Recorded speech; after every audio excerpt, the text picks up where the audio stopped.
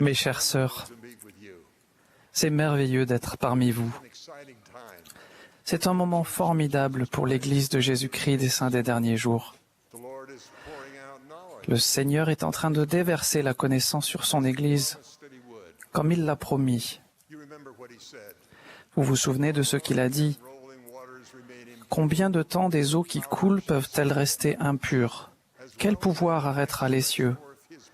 L'homme pourrait tout aussi bien étendre son bras chétif pour arrêter le Missouri dans son cours fixé, ou le faire remonter à sa source, qu'empêcher le Tout-Puissant de déverser la connaissance du haut des cieux sur la tête des saints des derniers jours. Un des moyens que le Seigneur utilise aujourd'hui pour diffuser la connaissance se traduit par la façon dont il accélère ce déversement sur la tête et dans le cœur de son peuple. Il a indiqué clairement que les filles de notre Père Céleste joueront un rôle primordial dans cette accélération miraculeuse. Une des preuves de ce miracle est qu'il a amené son prophète à mettre bien plus l'accent sur l'enseignement de l'Évangile au foyer et au sein de la famille. Vous vous demandez peut-être, en quoi cela fait-il des sœurs une force essentielle pour aider le Seigneur à déverser la connaissance sur ses saints? Le Seigneur donne la réponse dans « La famille, déclaration au monde ». Vous vous souvenez des mots? Mais peut-être allez-vous y découvrir un sens nouveau et vous rendre compte que le Seigneur a prévu ces changements enthousiasmants. Dans cette déclaration, il confie aux sœurs la mission d'être les principales instructrices de l'Évangile au sein de la famille, en ces termes. Je cite, « La mère a pour première responsabilité d'élever ses enfants. » Fin de citation. Cela implique de les élever dans la vérité et la connaissance de l'Évangile. La déclaration poursuit. Le père et la mère ont l'obligation de s'aider en qualité de partenaires égaux. Ils sont partenaires égaux. Ils sont égaux dans le potentiel qu'ils ont de croître spirituellement et d'acquérir de la connaissance, et sont ainsi unis en s'aidant mutuellement. Ils sont égaux dans leur destinée divine d'être exaltés ensemble. En fait, ils ne peuvent être exaltés seuls. Pourquoi alors une fille de Dieu, qui se trouve dans une relation basée sur l'unité et l'équité, reçoit-elle la responsabilité première de procurer le nutriment le plus important pour chacun, la connaissance de la vérité provenant des cieux? Pour autant que je puisse observer, cela a été la foi du Seigneur depuis que les familles ont été créées en ce monde. C'est Ève qui a su qu'Adam devait prendre du fruit de l'arbre de la connaissance, afin qu'ils obéissent à tous les commandements de Dieu et fondent une famille. Je ne sais pas pourquoi c'est Ève qui l'a su en premier, mais Adam et Ève étaient parfaitement unis lorsque la connaissance a été déversée sur Adam. Un autre exemple où le Seigneur a utilisé le don de nourrir que possèdent les femmes et la façon dont il a fortifié les fils d'éléments. J'ai la gorge serrée lorsque je lis ce récit et que je me souviens des paroles paisibles et rassurantes de ma mère quand j'ai quitté la maison pour le service militaire. Et la m'en raconte. Je cite, « Ils avaient appris de leur mère que s'ils ne doutaient pas, Dieu les délivrerait.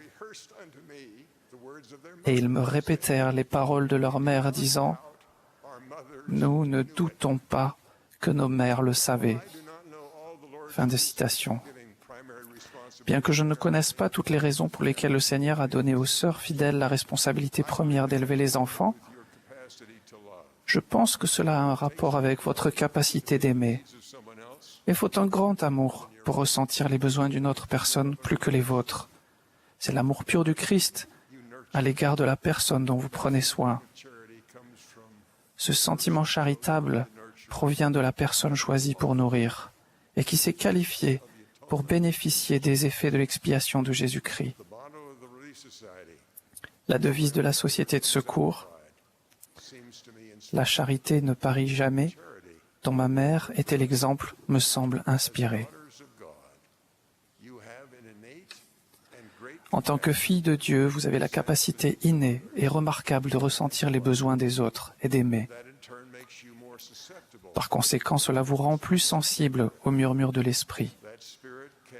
Elle peut alors vous guider dans ce que vous pensez, ce que vous dites et ce que vous faites pour nourrir les gens, de sorte que le Seigneur puisse déverser sur eux la connaissance, la vérité et le courage. Chacune de vous, sœurs, qui entendez ma voix, se situe à une étape différente de son voyage de la vie. Certaines d'entre vous sont des fillettes qui assistent pour la première fois à une session générale des femmes. Certaines sont de jeunes filles qui se préparent à élever des enfants de la façon que Dieu désire. Certaines sont de jeunes mariés qui n'ont pas encore d'enfants. D'autres sont de jeunes mères qui en ont un ou plus. Certaines sont les mères d'adolescents et d'autres ont des enfants dans le champ de la mission. Certaines ont des enfants qui se sont affaiblis dans la foi et qui sont loin du foyer. Certaines vivent seules et n'ont pas de conjoint fidèle. D'autres sont grand-mères. Pourtant, quelle que soit votre situation, vous êtes une partie essentielle de la famille de Dieu et de votre famille, maintenant ou à l'avenir, dans ce monde ou dans le monde des esprits. La tâche que Dieu vous a confiée consiste à nourrir autant de membres de sa famille et de la vôtre que possible, par votre amour et votre foi en Jésus-Christ. Le défi pratique que vous avez à relever est de savoir qui nourrir, quand et comment. Vous avez besoin de l'aide du Seigneur. Il connaît le cœur des autres et il sait quand ils sont prêts à accepter que vous les nourrissiez. Votre prière, inspirée par la foi, sera la clé de votre succès. Vous pouvez vous appuyer sur lui pour être guidé. Il a donné cet encouragement. Je cite, « Demandez au Père en mon nom avec foi, croyant que vous recevrez, et vous aurez le Saint-Esprit qui manifeste tout ce qui est opportun aux enfants des hommes. » Fin de citation. En plus de la prière, l'étude sérieuse des Écritures fera grandir le pouvoir que vous avez de nourrir. Voici la promesse, je cite. « Ne vous souciez pas d'avance de ce que vous direz, mais amassez continuellement dans votre esprit les paroles de vie. Et la part qui sera attribuée à tout homme vous sera donnée à l'heure même. » Fin de citation.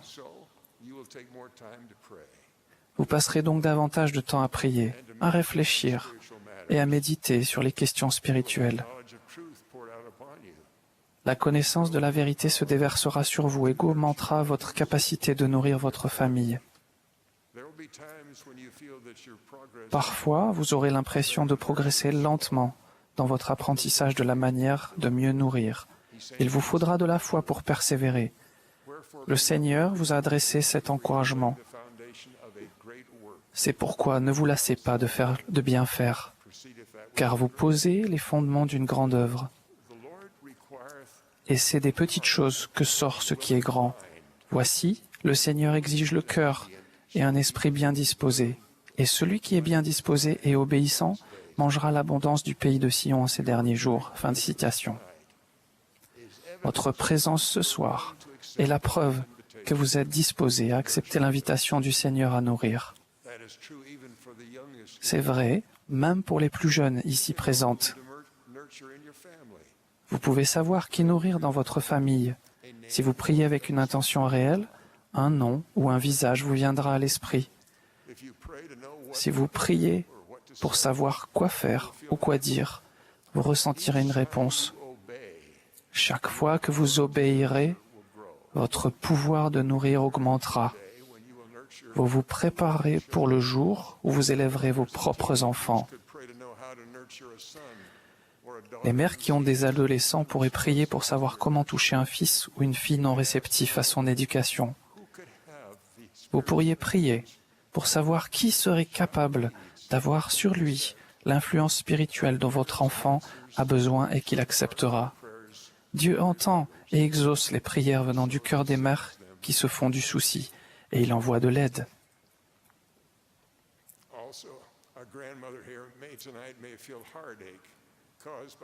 Il y a peut-être aussi des grands-mères ici, ce soir, qui éprouvent du chagrin en raison des épreuves et des difficultés de leurs enfants ou de leurs petits-enfants. Vous pourriez alors trouver du courage et être guidé par les expériences des familles rapportées dans les Écritures. Depuis l'époque d'Adam et Ève, en passant par le patriarche Israël et chacune des familles du livre de Mormon, il existe une leçon certaine. Ne jamais s'arrêter d'aimer. Nous avons l'exemple encourageant du Sauveur, qui a nourri les enfants d'esprit rebelles de son Père céleste, même s'ils ont été, ou s'il nous arrive d'être une cause de tristesse. La main du Sauveur est toujours tendue. Dans le 3e livre de Néphi, il a parlé de ses frères et sœurs spirituels qu'il avait essayé de nourrir sans succès.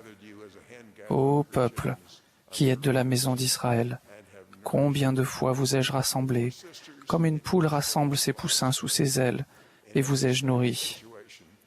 Pour vous, sœurs, qui êtes à toutes les étapes du voyage de la vie, dans toutes les situations familiales et de toutes les cultures, le Sauveur constitue votre exemple parfait de la manière dont vous jouerez un rôle majeur dans son entreprise d'accorder une plus grande importance à l'apprentissage de l'Évangile au foyer.